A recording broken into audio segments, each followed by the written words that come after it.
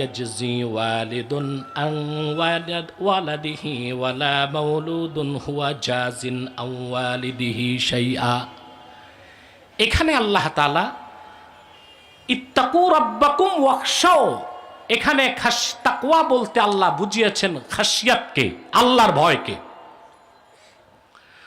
সূরা ফাতাহে ২৬ নম্বর আয়াতে আল্লাহ তাআলা ঈমানকে তাকওয়া বলেছেন। ঈমানকে কি বলেছেন?